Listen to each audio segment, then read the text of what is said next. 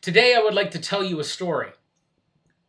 Some of the details of the story may seem a little close to home, and I'm hoping that it doesn't cause anybody any incredible sense of grief or trauma, but I think it's important that I tell this story.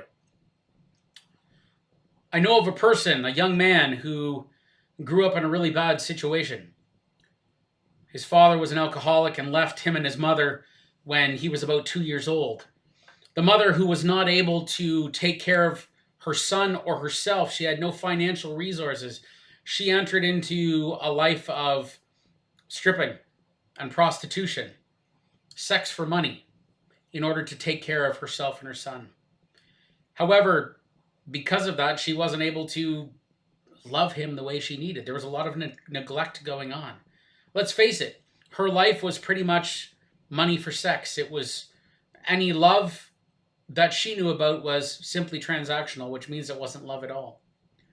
And so after a few years, the son was removed, the boy was removed from the family, the home, and was put into CAS care and went from foster home to foster home. And he had some good family that these foster homes had given him, but he was still missing something. He needed his real father in his life. He needed his mother in his life, but that wasn't going to happen. His behavior got worse and worse. He started missing classes at school into his teenage years, eventually was expelled for some bad behavior, and he ended up on the streets. Sounds like a familiar story so far for many of us, for the things that we see on a regular basis. Well, of course, he couch surfed for, most of his teenage years. And in that time, he was introduced to drugs and became an addict. And it wasn't unusual to have him living in a tent down by the river or in the wooded areas around the city. And that's when he wasn't couch surfing. And there was times where, things went bad enough that he didn't even have a tent to stay in and he'd be sleeping on a park bench.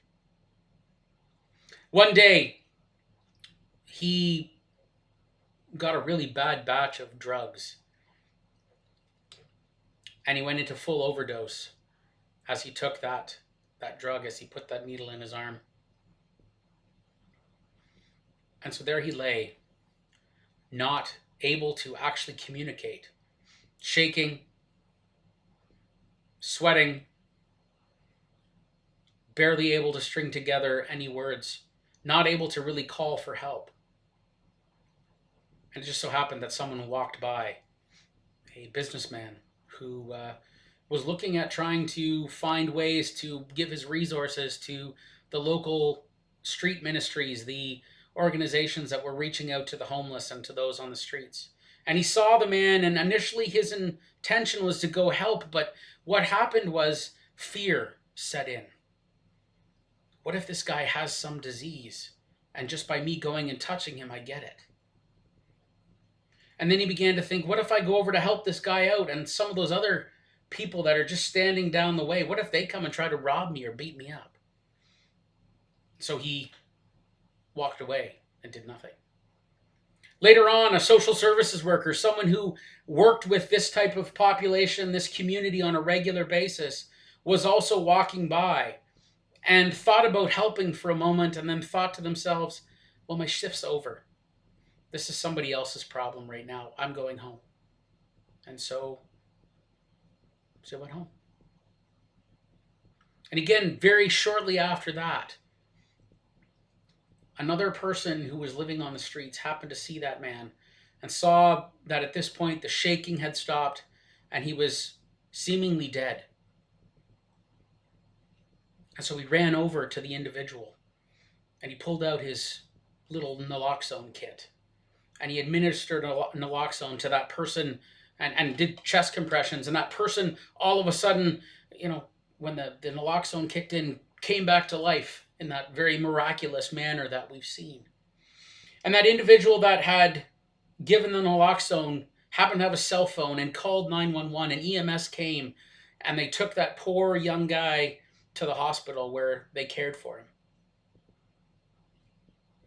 And that individual that had stopped to give him naloxone thought, I am going to go to the hospital and make sure that this guy is okay. And I'm going to try to connect with him as much as I can until he's out of the hospital. And of course, while he was at the hospital visiting, he was very thankful to the staff there. Even found some spare change at one point, was able to bring in some donuts and some coffee to thank them for what they did. You know, that might seem like a very, very familiar story to you. Some of the elements are regular, almost everyday stuff for us. Overdose, people living in tents, um, people homeless and coming from a bad upbringing. We know that. We see that all the time. What you might also notice is that this story is very much like one that Jesus told. We call it the parable of the Good Samaritan. What people often forget about the story of the Good Samaritan is that this whole story was predicated on the fact that there was a man who was thinking, I want to justify myself before God, and so I need to know who it is that I'm supposed to help. I want to do the bare minimum in terms of being neighborly and being loving. And of course, that guy asked Jesus, who is my neighbor? At which point, Jesus tells the story of the Good Samaritan, this story of this man who gets beaten up and left for dead, and a priest and a Levite, people that were part of the Jewish religious order, walked right by and did nothing. And actually, it was a person who the Jews really didn't like, someone from the city of Samaria, came along and actually ministered to the guy who'd been beaten up and was laying at the side of the road near death. And of course, at the end of all of this, Jesus says, which of these people, the two priestly order people and the Samaritan, was the neighbor to the man who fell among the robbers and was laying dead near death at the end of the side of the road? And the man who had asked the question about who his neighbor was to begin with, he responds, he says, the one who showed him mercy. And Jesus says to him, will you go and do likewise? Today we live in really crazy times. We see people living in tents, people overdosing on a regular basis. We have people who are in isolation because of this dang virus. We have people who are so alone because they have no one else. And we're cautious and fearful about going to help because we're afraid maybe we might get sick. And of course, we have this whole issue in the last couple of weeks where this man in the States, George Floyd, was killed.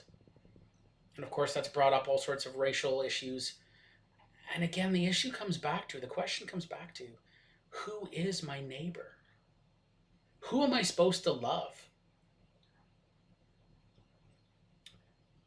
There was a man by the name of Edmund Burke who once said that all it would take for evil to triumph was for good men to do nothing. And I wonder if that is the thing that we fall into today, because we are too afraid to reach out to our neighbors around us. I remember John Diactis a couple of weeks ago telling me that when he had been interviewed by the city, he had mentioned that the people staying out in the tents, they are our neighbors. Now, they're not the only neighbors we have. When we go home, we have neighbors in our community. What are we doing to reach out to our neighbors who might be struggling?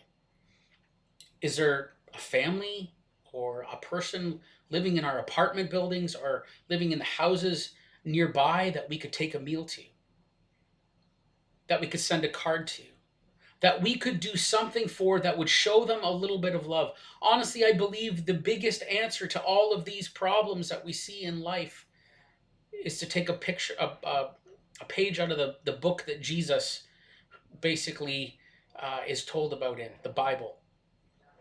What we need to do is love our neighbors, is to go out and see people's lives changed by doing simple and easy things to show them that they're loved.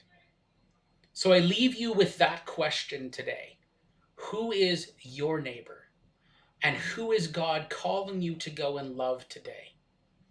We never know what kind of difference we can make in their lives. I bless you to go out today and be a neighbor to those around you. Doesn't matter who it is. It doesn't matter what's going on. Love them regardless of our differences, regardless of the situation they're in.